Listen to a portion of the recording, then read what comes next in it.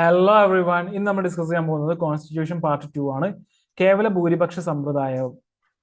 FPDP എന്താണ്? First past the post system.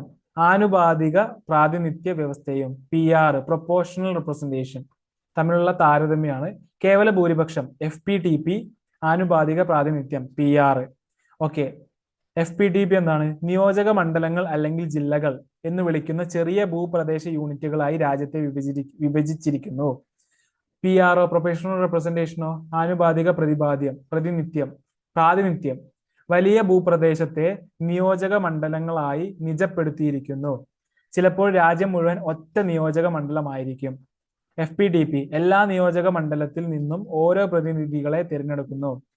PR ഒരു നിയോജക മണ്ഡലത്തിൽ നിന്നും തന്നെ ഒന്നിലധികം പ്രതിനിധികളെ തിരഞ്ഞെടുക്കാം.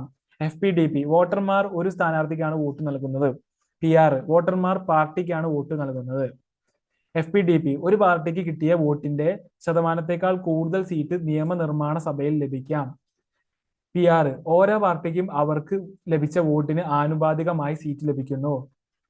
FPDP വിജയിക്കുന്ന സ്ഥാനാർത്ഥിക്ക് ഭൂരിപക്ഷം 50% +1 വോട്ട് ലഭിക്കണമെന്നില്ല. ഉദാഹരണം ബ്രിട്ടൻ, ഇന്ത്യ. PR വിജയിക്കുന്ന സ്ഥാനാർത്ഥിക്ക് ഭൂരിപക്ഷം വോട്ട് ലഭിക്കുന്നു. ഉദാഹരണം ഇസ്രായേൽ, നെതർലാൻഡ്സ്. സാർവത്രിക വോട്ടവകാശവും മത്സരിക്കാനുള്ള അവകാശവും. Universal franchise and right to contest. ജനാധിപത്യ തിരഞ്ഞെടുപ്പിന് ആ രാജ്യത്തെ പ്രായപൂർത്തിയായ മുഴുവൻ പൗരന്മാരും തിരഞ്ഞെടുപ്പിൽ വോട്ട് ചെയ്യാൻ യോഗ്യരാണ്. ഇതാണ് പ്രായപൂർത്തി വോട്ടവകാശം എന്നറിയപ്പെടുന്നത്. 1989 വരെ ഇന്ത്യയിൽ പ്രായപൂർത്തിയായവർ എന്നതിന്റെ അർത്ഥം എത്ര വയസ്സിന് മുകളിൽ പ്രായമുള്ളവർ എന്നായിരുന്നു. 21. 1989 ഭരണഘടനാ ഭേദഗതി പ്രകാരം വോട്ട് ചെയ്യാനുള്ള കുറഞ്ഞ പ്രായം 18 മാറി. ലോകസഭാ നിയമസഭാ തിരഞ്ഞെടുപ്പുകളിൽ മത്സരിക്കുന്നതിനുള്ള കുറഞ്ഞ പ്രായം 25. 2 വർഷമോ അതിലധികമോ തടവ് ശിക്ഷ അനുഭവിച്ച വ്യക്തികൾ തിരഞ്ഞെടുപ്പിൽ മത്സരിക്കാൻ അയോഗ്യരാണ്. 2 വർഷമോ അതിലധികമോ തടവ് ശിക്ഷ അനുഭവിച്ച വ്യക്തികൾ തിരഞ്ഞെടുപ്പിൽ മത്സരിക്കാൻ അയോഗ്യരാണ്. ഇന്ത്യൻ തിരഞ്ഞെടുപ്പ് കമ്മീഷണറെ സഹായിക്കുന്നതിന് ഓരോ സംസ്ഥാനങ്ങളിലും ഒരു മുഖ്യ തിരഞ്ഞെടുപ്പ് ഉദ്യോഗസ്ഥൻ, ചീഫ് ഇലക്ടോറൽ ഓഫീസർ ഉണ്ട്. ഇന്ത്യൻ തിരഞ്ഞെടുപ്പ് കമ്മീഷനിൽ നിന്നും വ്യത്യസ്തമായി സംസ്ഥാനത്ത് സ്വതന്ത്രമായി പ്രവർത്തിക്കുന്ന സംസ്ഥാന തിരഞ്ഞെടുപ്പ് കമ്മീഷണർമാരാണ് തദ്ദേശ ഗവൺമെന്റിലേക്കുള്ള തിരഞ്ഞെടുപ്പുകൾ നടത്തുന്നതും നിയന്ത്രിക്കുന്നതും. തിരഞ്ഞെടുപ്പ് കമ്മീഷന്റെ ഘടന. ഇന്ത്യയിലെ തിരഞ്ഞെടുപ്പ് കമ്മീഷൻ ഒരു ഏകാംഗ സമിതിയോ ഒരു ബഹു അംഗ സമിതിയോ ആകാം. 1989 വരെ തിരഞ്ഞെടുപ്പ് കമ്മീഷൻ ഒരു ഏകാംഗ കമ്മീഷൻ ആയിരുന്നു. എന്നാൽ തിരഞ്ഞെടുപ്പ് കമ്മീഷനെ ഒരു ബഹു അംഗ സമിതിയാക്കുക എന്ന ലക്ഷ്യത്തെ മുൻനിർത്തി 1989 പൊതു തിരഞ്ഞെടുപ്പിന് തൊട്ടു മുമ്പ് 2 തിരഞ്ഞെടുപ്പ് കമ്മീഷണർമാരെ കൂടി നിയമിച്ചു. എന്നാൽ തിരഞ്ഞെടുപ്പിന് ശേഷം വളരെ പെട്ടെന്ന് തന്നെ ഇത് വീണ്ടും ഒരു ഏകാംഗ കമ്മീഷനായി പുനഃക്രമീകരിച്ചു. എന്നാൽ 1993 2 തിരഞ്ഞെടുപ്പ് കമ്മീഷണർമാരെ നിയമിച്ചുകൊണ്ട് തിരഞ്ഞെടുപ്പ് കമ്മീഷനെ വീണ്ടും ഒരു ബഹു അംഗ കമ്മീഷൻ സമിതിയാക്കി മാറ്റി. അന്നു മുതൽ ഇതൊരു ബഹു അംഗ കമ്മീഷനായി തുടരുന്നു. മുഖ്യ തിരഞ്ഞെടുപ്പ് കമ്മീഷണർ ആണ് തിരഞ്ഞെടുപ്പ് കമ്മീഷന്റെ അധ്യക്ഷൻ. എന്നാൽ മറ്റു തിരഞ്ഞെടുപ്പ് കമ്മീഷണർമാരെക്കാൾ കൂടുതൽ അധികാരങ്ങൾ ഇദ്ദേഹത്തിന് ഇല്ല. ഒരു കൂട്ടായ സമിതി എന്ന നിലയ്ക്ക് തിരഞ്ഞെടുപ്പുമായി ബന്ധപ്പെട്ട തീരുമാനങ്ങൾ എടുക്കുന്നതിൽ മുഖ്യ തിരഞ്ഞെടുപ്പ് കമ്മീഷണർക്കും കമ്മീഷൻ അംഗങ്ങൾക്കും തുല്യ അധികാരമാണ് ഉണ്ടാവുക. മന്ത്രിസഭയുടെ ഉപദേശത്തിന്റെ അടിസ്ഥാനത്തിൽ രാഷ്ട്രപതിയാണ് തിരഞ്ഞെടുപ്പ് കമ്മീഷണർമാരെ നിയമിക്കുന്നത്. കാലാവധി പുറത്താക്കൽ. മുഖ്യ തിരഞ്ഞെടുപ്പ് കമ്മീഷണറുടെയും തിരഞ്ഞെടുപ്പ് കമ്മീഷണർമാരുടെയും കാലാവധിയുടെ സംരക്ഷണം ഭരണഘടന ഉറപ്പു നൽകുന്നു. 6 വർഷമോ അഥവാ 65 വയസ്സുവരെയോ ഏതാണോ ആദ്യം വരുന്നത് അതുവരെയാണ് അവരുടെ നിയമന കാലാവധി. പാർലമെന്റിന്റെ ഇരുസഭകളും പ്രത്യേക ഭൂരിപക്ഷത്തോടെ സ്പെഷ്യൽ മെജോറിറ്റി ഒരു പ്രമേയം പാസാക്കിയാൽ ഇന്ത്യൻ രാഷ്ട്രപതിക്ക് കാലാവധി പൂർത്തിയാക്കുന്നതിന് മുമ്പ് മുഖ്യ തിരഞ്ഞെടുപ്പ് കമ്മീഷണറെ പുറത്താക്കാവുന്നതാണ്. തിരഞ്ഞെടുപ്പിൽ തങ്ങൾക്ക് അനുകൂലമായി തീരുമാനങ്ങൾ കൈക്കൊണ്ടില്ല എന്നതിന്റെ പേരിൽ ഭരണകക്ഷി മുഖ്യ തിരഞ്ഞെടുപ്പ് കമ്മീഷണറെ മാറ്റാൻ ശ്രമിച്ചാൽ അതിൽ നിന്നും അദ്ദേഹത്തെ സംരക്ഷിക്കുന്നതിന് വേണ്ടിയാണ് ഇങ്ങനെ ചെയ്തിരിക്കുന്നത്. പ്രത്യേക ഭൂരിപക്ഷം എന്നതുകൊണ്ട് അർത്ഥമാക്കുന്നത് പങ്കെടുത്ത് വോട്ട് ചെയ്തവരുടെ 2/3 ഭൂരിപക്ഷമാണ്. തിരഞ്ഞെടുപ്പ് കമ്മീഷന്റെ ചുമതലകൾ എന്തൊക്കെയാണ്? നാളിതുവരെയുള്ള വോട്ടർമാരുടെ പട്ടിക തയ്യാറാക്കുന്നതിന് മേൽനോട്ടം വഹിക്കുന്നു.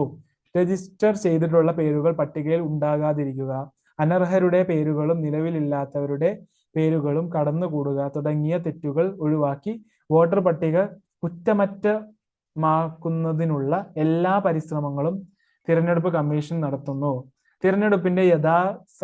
തിരഞ്ഞെടുപ്പിന്റെ സമയക്രമം നിശ്ചയിക്കുകയും തിരഞ്ഞെടുപ്പ് പദ്ധതി തയ്യാറാക്കുകയും ചെയ്യുന്നു.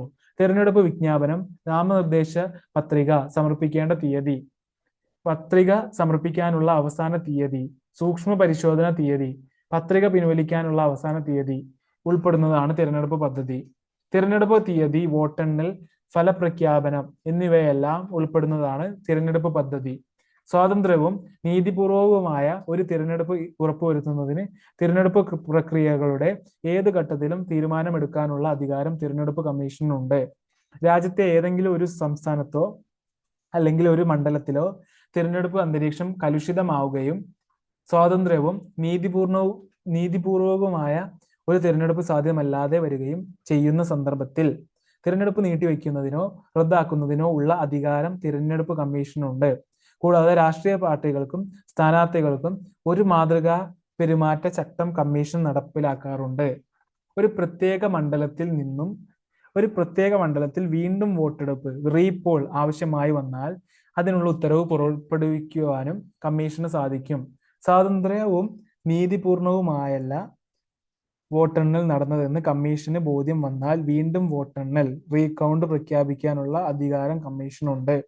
രാഷ്ട്രീയ പാർട്ടികൾക്കുള്ള അംഗീകാരം നൽകുകയും അവർ ഓരോരുത്തർക്കുമുള്ള ചിഹ്നം അനുവദിച്ചു നൽകുന്നതും തിരഞ്ഞെടുപ്പ് കമ്മീഷനാണ്. തിരഞ്ഞെടുപ്പ് പ്രക്രിയാവേളയിൽ കേന്ദ്ര സംസ്ഥാന ഗവൺമെന്റ് ഉദ്യോഗസ്ഥർക്ക് തിരഞ്ഞെടുപ്പുമായി ബന്ധപ്പെട്ട ചുമതലകൾ തിരഞ്ഞെടുപ്പ് കമ്മീഷൻ നിശ്ചയിച്ചു നൽകുന്നു.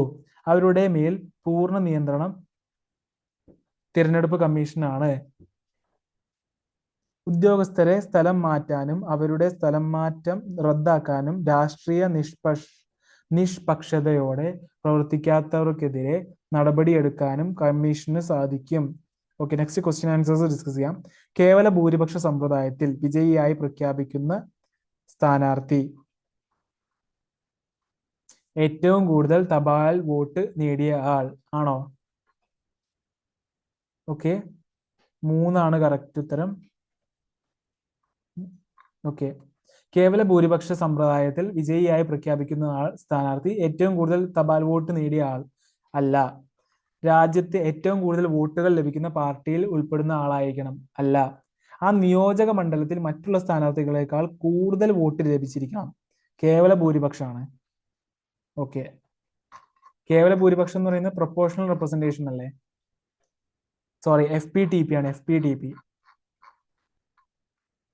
ഓക്കെ,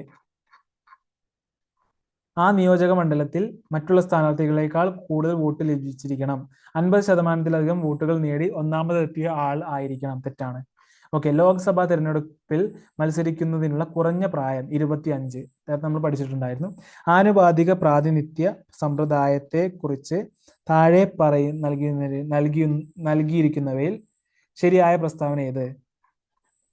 എല്ലാം ശരി. ഓക്കെ, ഈ സമ്പ്രദായത്തിൽ ഒരു പാർട്ടിക്ക് തങ്ങൾക്ക് ലഭിച്ച വോട്ടിന്റെ അനുപാതത്തിലായിരിക്കും സീറ്റുകൾ ലഭിക്കുക. ശരി.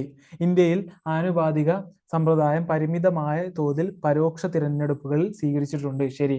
ഇസ്രായേലിൽ നിലനിൽക്കുന്ന തിരഞ്ഞെടുപ്പ് സമ്പ്രദായം ആനുപാതിക പ്രാതിനിധ്യത്തിന്റെ അടിസ്ഥാനത്തിലാണ്. Proportional representation. ഓക്കെ, ശരിയാണ്. ആനുപാതിക പ്രാതിനിധ്യ വ്യവസ്ഥയിൽ ഓരോ പാർട്ടിയും ആനുപാതികമായി തങ്ങൾക്ക് ലഭ്യമായ സീറ്റുകളിലേക്ക് തിരഞ്ഞെടുപ്പിന് മുൻപും തന്നെ മുൻഗണന ക്രമത്തിൽ സ്ഥാനാർത്ഥികളുടെ പട്ടികയിൽ നിന്ന് പ്രതിനിധികളെ തിരഞ്ഞെടുക്കുന്നു. ശരി. പ്രത്യേക തിരഞ്ഞെടുപ്പ് മണ്ഡലങ്ങൾ ഇന്ത്യക്ക് എന്നും ഒരു ശാപമായിരുന്നു. ഇതാകട്ടെ ഈ രാജ്യത്തിന് കണക്കാക്കാനാകത്ര ദോഷം ചെയ്യുകയും ചെയ്തു. പ്രത്യേക തിരഞ്ഞെടുപ്പ് മണ്ഡലങ്ങൾ നമ്മുടെ പുരോഗതിയെ തടസ്സപ്പെടുത്തി. ഇങ്ങനെ അഭിപ്രായപ്പെട്ടത് ആര്? താജുമുൽ ഹുസൈൻ ആണ്. താജാമുൽ ഹുസൈൻ. തെരഞ്ഞെടുപ്പ് കമ്മീഷനെ പറ്റി താഴെ നൽകിയിരിക്കുന്നതിൽ തെറ്റായ പ്രസ്താവന ഏത്? ക്യാബിനറ്റിന്റെ നിർദ്ദേശപ്രകാരം പ്രധാനമന്ത്രിയാണ് തെരഞ്ഞെടുപ്പ് കമ്മീഷണർമാരെ നിയമിക്കുന്നത്. തെറ്റാണ്. പ്രസിഡന്റ് അല്ലേ? അതെ. പാർലമെന്റിന്റെ ഇരു സഭകളും പ്രത്യേക ഭൂരിപക്ഷത്തോടെ ഒരു പ്രമേയം പാസാക്കിയാൽ കാലാവധി പൂർത്തിയാക്കുന്നതിന് മുമ്പ് മുഖ്യ തെരഞ്ഞെടുപ്പ് കമ്മീഷണറെ രാഷ്ട്രപതിക്ക് പുറത്താക്കാവുന്നതാണ്. ശരി. തെരഞ്ഞെടുപ്പ് കമ്മീഷണർമാരെ ഇന്ത്യൻ രാഷ്ട്രപതിക്ക് നീക്കം ചെയ്യാവുന്നതാണ്. ശരി. തദ്ദേശ ഗവൺമെന്റിലേക്കുള്ള തെരഞ്ഞെടുപ്പുകൾ നിയന്ത്രിക്കുന്നതും നടത്തുന്നതും സംസ്ഥാന തെരഞ്ഞെടുപ്പ് കമ്മീഷണർമാരാണ്. ശരി. താഴെ നൽകിയിരിക്കുന്നതിൽ നിന്നും ശരിയായ പ്രസ്താവനകൾ തിരഞ്ഞെടുക്കുക. ഒറ്റ വോട്ട് കൈമാറ്റ സമ്പ്രദായമാണ് രാജ്യസഭ തെരഞ്ഞെടുപ്പിൽ പിന്തുടരുന്നത്. ശരി. അതാത് സംസ്ഥാന നിയമനിർമ്മാണ സഭകളാണ് രാജ്യസഭ അംഗങ്ങളെ തിരഞ്ഞെടുക്കുന്നത്. ശരിയാണ്. സംസ്ഥാന MLA മാരോടൊപ്പം രാജ്യസഭ MP മാരും തെരഞ്ഞെടുപ്പ് പ്രക്രിയയിൽ പങ്കെടുക്കുന്നു. തെറ്റാണ്. ഓരോ വോട്ടറും സ്ഥാനാർത്ഥിക്ക് തങ്ങളുടെ വോട്ട് മുൻഗണനാക്രമം അനുസരിച്ച് രേഖപ്പെടുത്തണം. ശരിയാണ്. തെരഞ്ഞെടുപ്പ് കമ്മീഷനെ കുറിച്ച് പ്രതിപാദിക്കുന്ന ഭരണഘടനാ അനുച്ഛേദം ആർട്ടിക്കിൾ ഏതാ? ആർട്ടിക്കിൾ 324. 324. താഴെ നൽകിയിരിക്കുന്നതിൽ നിന്നും ശരിയായ പ്രസ്താവനകൾ തിരഞ്ഞെടുക്കുക. ഒരു പ്രദേശത്തെ വ്യത്യസ്ത സാമൂഹിക വിഭാഗങ്ങൾക്ക് തെരഞ്ഞെടുപ്പിൽ ഒരുമിച്ച് നിന്ന് വിജയിക്കാൻ കേവല ഭൂരിപക്ഷ സമ്പ്രദായം അവസരം ഒരുക്കുന്നു. ശരിയാണ്. വലിയ രാഷ്ട്രീയ കക്ഷികളെ കേന്ദ്ര സംസ്ഥാന തലങ്ങളിൽ വ്യക്തമായ ഭൂരിപക്ഷം നേടുന്നതിന് കേവല ഭൂരിപക്ഷ രീതി സഹായിച്ചിട്ടുണ്ട്. ശരിയാണ്. So thank you so much for listening me. We'll see you next class. Thank you very much. Bye.